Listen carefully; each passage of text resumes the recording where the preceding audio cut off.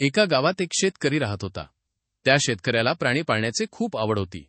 त्याच्याकडे शेळी, सिंह, मेंढ्या, गाय अशा प्रकारे अनेक प्राणी होते. त्या शेतकऱ्याच्या घराजवळ एक नदी होती. एके दिवशी शेतकरी शेतातून येत असताना त्याच्याकडे शेळी, सिंह आणि गवताची पेंढी असते. परंतु त्या दिवशी त्या नदीला पूर आलेले असतो. त्या शेतकऱ्याला काही सुचत नाही, कसं जावे नदी पार करून हा प्रश्न त्याच्यासमोर पडतो. तेव्हा त्या शेतकऱ्याला एक नावाडी नाव घेऊन येताना दिसतो.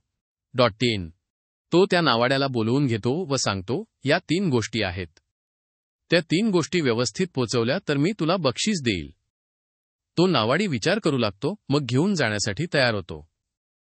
जर नावाड्याने गवत पहिल्यांदा घेतलं तर सिंह शेळीला खाऊन टाकेल. जर सिंहाला घेतलं तर शेळी गवत खाऊन टाकेल प्रश्न पडतो. नावाडी हुशार असल्यामुळे तो विचार करतो आणि कामाला सुरुवात करतो.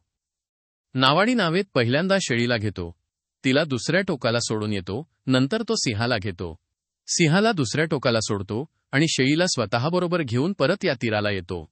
त्यानंतर तो शेळीला तिथेच ठेवतो आणि गवताची पेंढी दुसऱ्या टोकाला घेऊन जातो. सिंह आणि गवताची पेंढी एकत्रित ठेवतो. पुन्हा शेळीला आणण्यासाठी निघतो. शेतकरी खुश होतो. तो नावाड्याला बक्षीस देतो. तात्पर्य, विचार करून काम केले तर अशक्य गोष्ट पण शक्य होते.